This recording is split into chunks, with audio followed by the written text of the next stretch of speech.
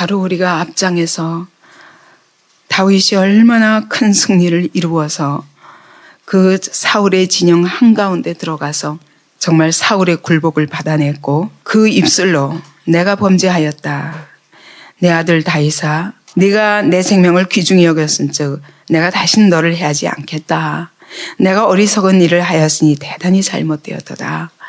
이렇게 고백하는 그 고백을 원수에 비해서 받아냈습니다. 물론 이렇게 말했다 할지라도 사울은 절대로 이 다윗을 포기하지 않고 자기가 왕권을 이렇게 집착하는 것에서 조금도 물러나지 않을 것을 알기 때문에 다윗은 불안했을 것입니다. 그러나 그 사울에게 대해서 다윗이 바로 앞에서 고백한 것은 여호와께서 각 사람에게 그의 의와 신실을 갚으실 것이다. 여호와께서 내가 왕의 생명을 귀중히 여긴 것을 귀히 여기시고 하나님께서 내 생명을 귀중히 여기셔서 이 모든 환난 가운데서 나를 건져주실 것이다. 여호와께서 사시기 때문에 여호와께서 그를 치실 것이다. 요비새가 단창에 그냥 찔러서 죽이겠다고 하니까 아니다. 그것은 여호와께서 금하신 것이다. 여호와께서 어느 날 그에게 죽을 날을 주실 것이다. 이렇게 고백했고 사울의 입에서 원수의 입에서 내가 복을 받을지어다. 내가 큰 일을 행할 것이고 내가 반드시 승리를 얻으리라. 이렇게 고백하게 하시는 분이 하나님이라는 것을 그가 모르지 않았을 것입니다. 그것을 계속 붙잡으면 그는 이 땅에서 계속 싸워야 됩니다. 왜냐하면 하나님은 하나님의 교회 안이 먼저 깨끗해야, 그죠? 하나님의 나라가 먼저 깨끗해야 세상 열방을 향해서 복의 근원으로 쓰임받을 수 있기 때문에 하나님은 우리 안의 내부 전쟁을 먼저 하기를 원하십니다. 내 안이 먼저 깨끗해야, 그죠? 한 사람에게 있어서 내 속에서 내 안에 있는 애굽을 물리치고 내 안에 있는 가나안 7족속을 물리쳐야 그 다음에 외부를 향해서 가나안 7족속을 쫓아낼 수 있습니다. 내 안에 불신앙의 세력, 내 안에 세상과 타협하려는, 쉽게 살려는 세상적인 가치관, 이런 것들을 다 물리치고 내 안에 불안과 염려, 믿음으로 하지 않는 이 모든 것을 물리쳐야, 그래야 진정 하나님의 싸움을 싸울 수 있는, 하나님께 쓰임받는 자로 살 수 있습니다. 그렇기 때문에 왜 다윗이 그 땅을 떠나서는 안 되냐 하면 그 땅이 약속의 땅인데 하나님의 나라를 지키기 위한 하나님의 나라의 왕으로 하나님이 세우시고자 지금 훈련하고 계신 것입니다. 이미 기름 부었고 하나님이 사울이라는 하나님 나라의 대적이 그 안에 있기 때문에 하나님은 이 사울이라는 대적을 물리치지 않고는 다윗이 진정한 하나님 나라의 왕으로 설 수 없습니다. 그렇기 때문에 하나님은 어디까지나 싸워도 이 땅에서 싸워야 되는 것입니다. 이 땅에서 사울을 먼저 물리쳐야, 그래야 그 다음에 세상 열방을 향해서 굳건히 세상과 분명히 구별된 하나님의 나라를 세울 수 있는 것입니다. 그런데 그 싸움은 나의 싸움이 아닙니다. 하나님이 친히 싸워주시겠다고 하셨으면 이것은 여호와께 속한 전쟁이다. 그렇기 때문에 나발도 내 손으로 치지 말라고 하나님 말씀하셨던 것입니다. 그러면 다윗은 어디까지나 이 자리에 서서 우리가 돌아보면 다윗의 걸음에서 그가 그 땅에 있는 한 한 번도 실패해 본 적이 없습니다.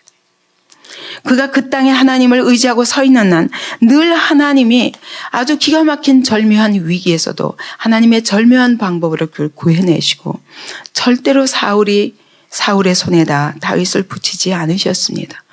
그런데도 불구하고 오늘 이 본문을 보면 다윗이 그 마음에 생각하기를, 이걸 영어로 보니까 뭐라고 하냐면 그 자신을 향해서 생각하기 시작해요. 자기 자신을 향해서 생각하기 시작합니다. 우리가 자기를 바라보는 순간, 그 다음에 내 생각과 내 마음에 귀를 기울이고 거기서부터 하나님께 눈을 돌리지 않는 한 그때부터 똑같은 사람이 실패하는 것입니다. 분명히 조금 전까지 말할 수 없는 하나님의 은혜에 붙들려서, 하나님의 사랑에 붙들려서 그렇게 사울의 적진 그 한가운데까지 들어가서 그 승리의 고백을 그 입술에서부터, 원수의 입에서부터 복을 받을 수밖에 없도록 그렇게 축복하는 그 입술의 고백을 받아냈는데도 불구하고 그는 그 마음에 자기 자신을 향하여 생각하기 시작했습니다. 이것이 다윗의 실패의 시작이라는 것을 보면 오늘도 우리가 모든 사고방식이 여러분 하나님 안에서, 하나님이 말씀하시는 그 말씀 안에서, 그 약속 안에서, 이제까지 나에게 은혜를 베푸셨던 그 하나님의 은혜 안에서 생각할 때만 우리가 승리할 수 있습니다. 분명히 다윗이 제사장과 함께 했었습니다. 그죠? 그리고 에봇도 가지고 있었습니다. 하나님의 뜻을 얼마든지 물을 수 있었습니다. 그런데 에봇도 무시하고 제사장도 무시하고 자기 마음에 자기를 향해서 생각하기 시작할 때부터 그는 미궁에 빠지기 시작합니다. 하나님의 사람들이 한 번 실족하면 한없이 한 발만 뒤로 물러서도 한없이 미궁으로 걷잡을 수 없이 빠져들어갑니다. 우리가 한 걸음 한 걸음 하나님의 약속 안에 거하지 않으면 언제 실패할지 모르는 것입니다. 다윗이 생각하는데 어떤 생각을 하게 되냐면 내가 후일에는 사울의 손에 망하리니.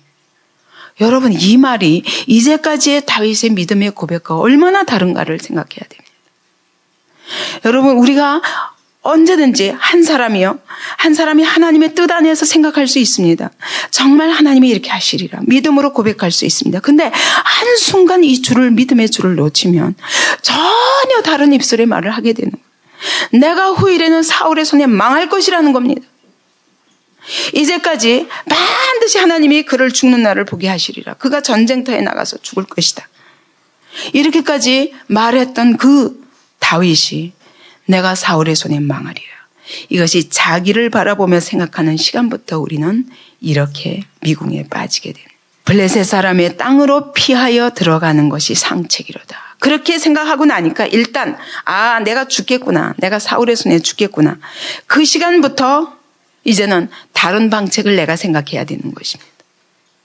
절대로 하나님을 그 자리에 넣지 않고 생각한 순간부터 그때부터 내가 이 피할 구멍을 만들어야 되는 것입니다. 더 이상 내가 이 위기와 이 정신적인 심한 스트레스 난 더 이상 받고 싶지 않다. 이거 하나님께 대한 원망입니다. 이 시간부터 자기 방법을 생각하기 시작합니다.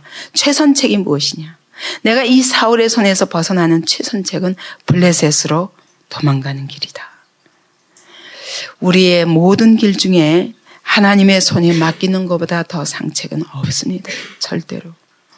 우리가 다윗의 이 경우가 하나님이 그냥 기록하신 것이 아니라 오늘 우리의 삶에서 최선책이 무엇이며 오늘 우리의 삶에서 어떤 시점에서부터 실패하게 되는가를 분명히 보게 하시기 위해서 다윗의 이와 같은 스토리를 우리에게 주신 것입니다.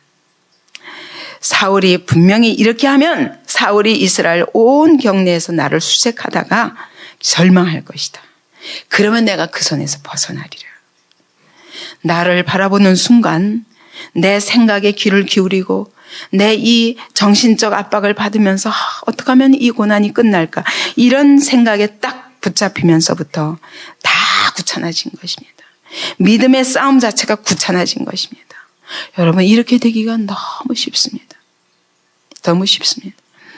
우리가 사방에서 이렇게 우겨싸면 한순간 쉽게 살고 싶다. 그 생각이 놓이게 됩니다.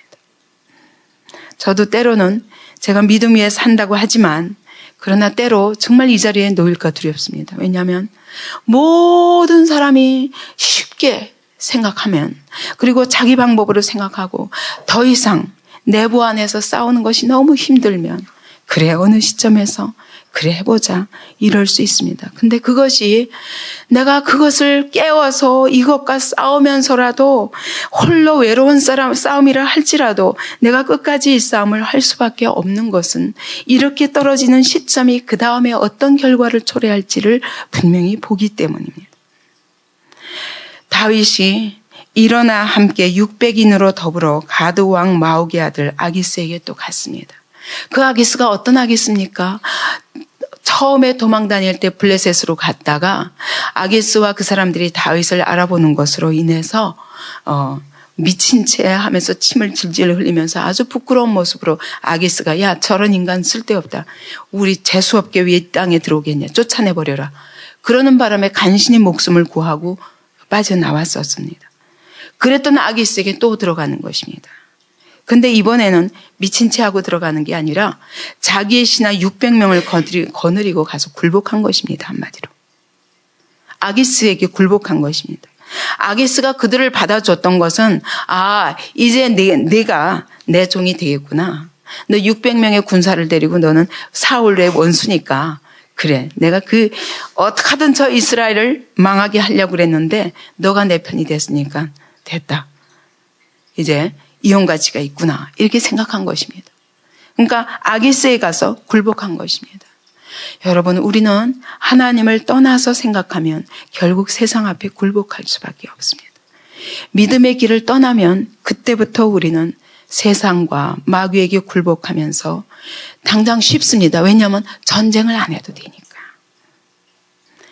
그는 블레셋의 아기스가 자기의 피난처라고 생각한 것입니다. 얼마 전까지도 그런 위기 속에서도 사울에게 쫓기면서 다윗이 고백했던 것은 하나님이 여호와가 나의 피난처시오. 여호와는 나의 요새시오. 여호와는 나의 방패시오. 여호와만이 나의 반석이요 나의 산성이고 내가 굳게 설 견고한 반석이라고 고백했던 그가 블레셋이 나의 안식처구나. 더 이상 하나님께 의지하는 방법은 너무 힘들구나 생각하게 된 것입니다. 여기서 오늘 우리의 모습을 발견해야 됩니다. 근데 하나님의 약속을 버리는 것이 그때부터 우리는 미궁에 빠져들어가고 그때부터 사단의 손아귀에 들어가게 됩니다. 사단의 괴계는 어찌하든 약속의 땅에서 우리를 몰아내는 것입니다. 사울의 괴계는 어쨌든 하나님의 약속의 땅에서 우리를 몰아내는 것입니다. 이것이 사울 개인과의 싸움이라면 여러분 얼마든지 피하는 것이 창책이죠. 그죠? 그러나 이것이 나의 전쟁이 아니라 사울과의 전쟁이 아니라 하나님 나라를 위한 하나님의 전쟁이기 때문에 우리가 이런 방법을 써서는 안 되는 것입니다.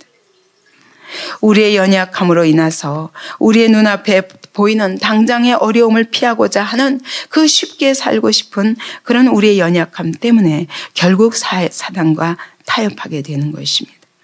3절에 보니까 다윗과 그의 사람들이 각기 가족을 거느리고 가드에서 아기스와 동거하였는데 아기스와 동거하기 시작합니다. 우리가 하나님을 떠나면 세상과 동거할 수밖에 없습니다. 하나님을 떠나면 마귀와 동거할 수밖에 없습니다. 성령을 떠나면 마귀와 동거할 수밖에 없습니다. 다윗이 그 두 아내 이스라엘 여자 아히노암과 나발의 아내 되었던 갈멜 여자 아비가일과 함께하였더니 저는 분명히 다윗이 이렇게 쉬운 길을 선택하게 된 한 가지가 그 속에 있는 이 안일한 삶, 안일하게 살고 싶은 생각 때문일 것입니다. 어째서 이렇게 쫓겨다니는 생명을 총각을 다투는 위기에도 아내를 둘씩이나 둘 수밖에 없는 그런 연약함이 다윗에게 있었던 것입니다.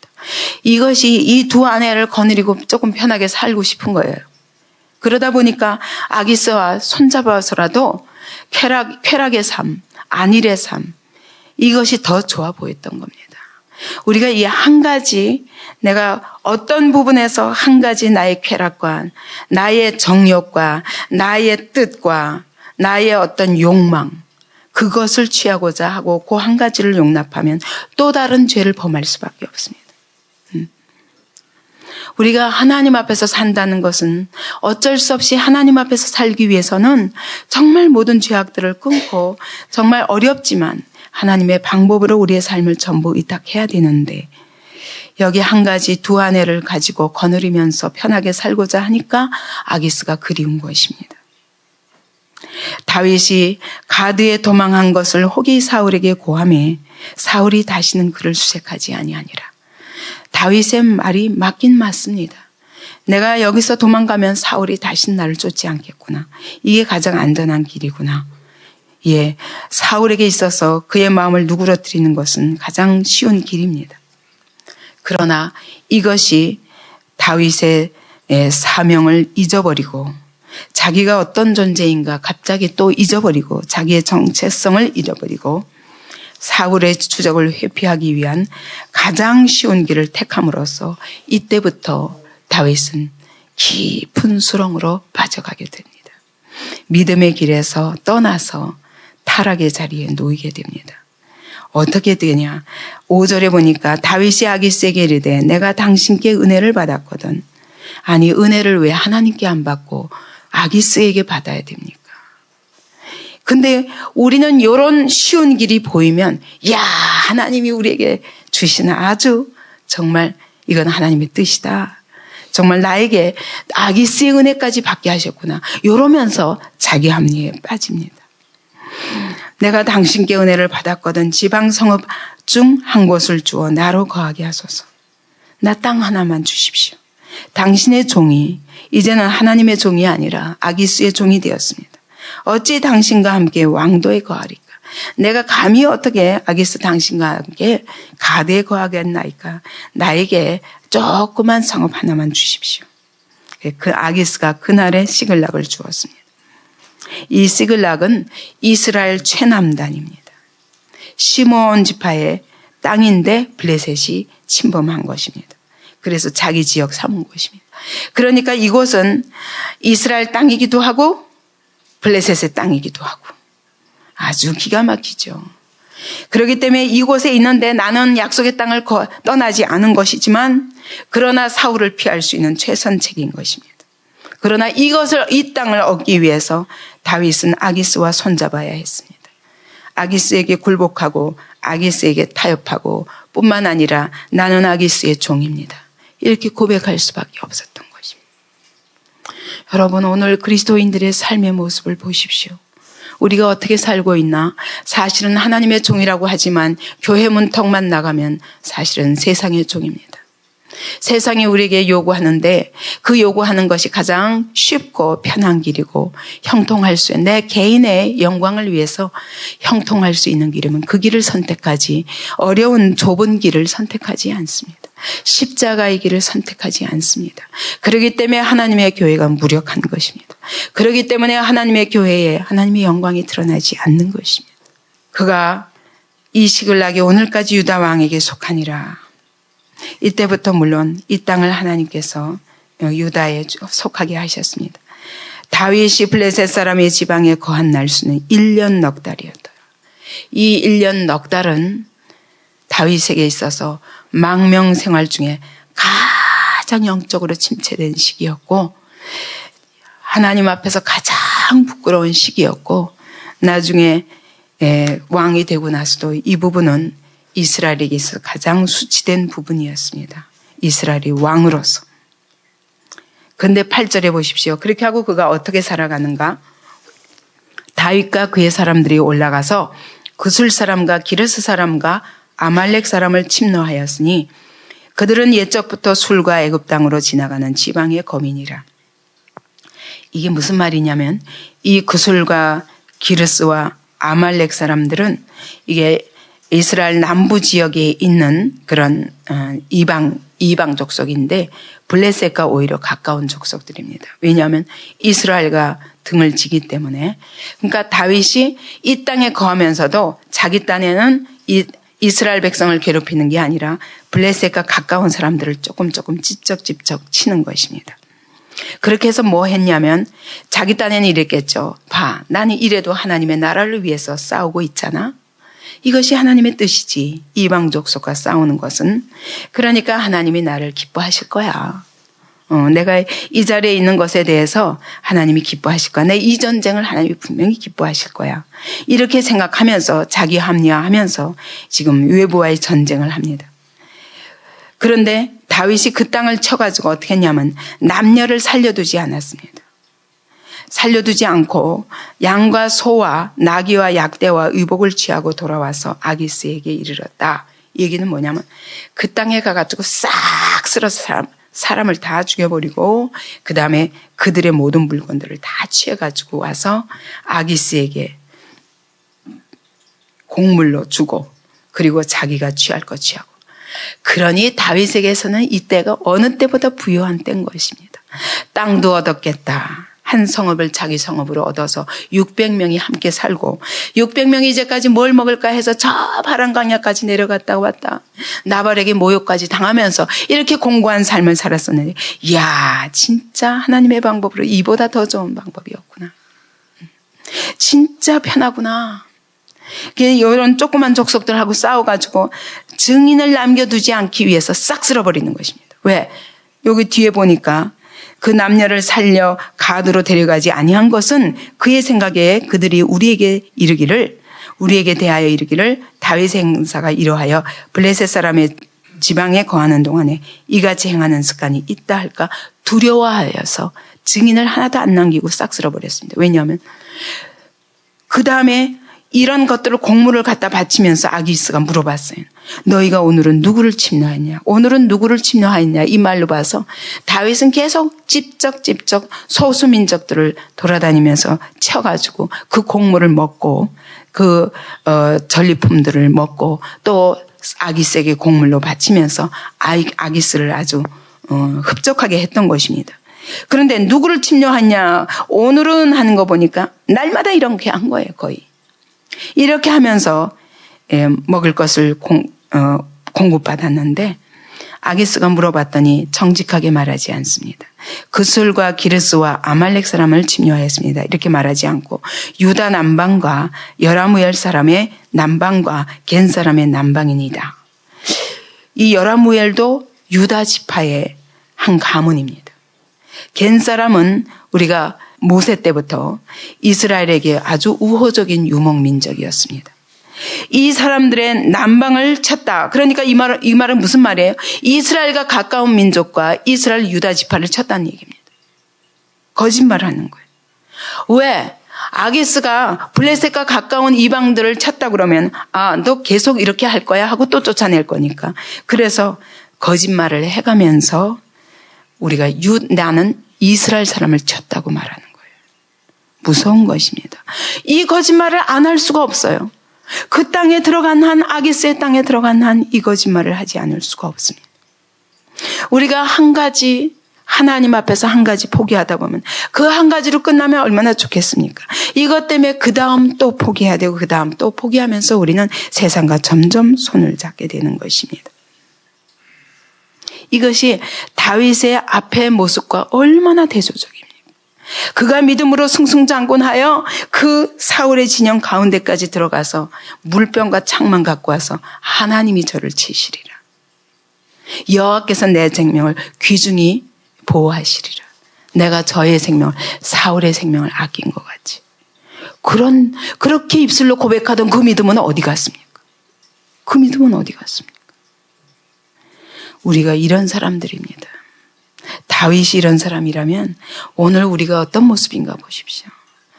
말씀 들을 적에는 맞다 그러다가 딱 돌아서면 그렇게 가지고 어떻게 살아?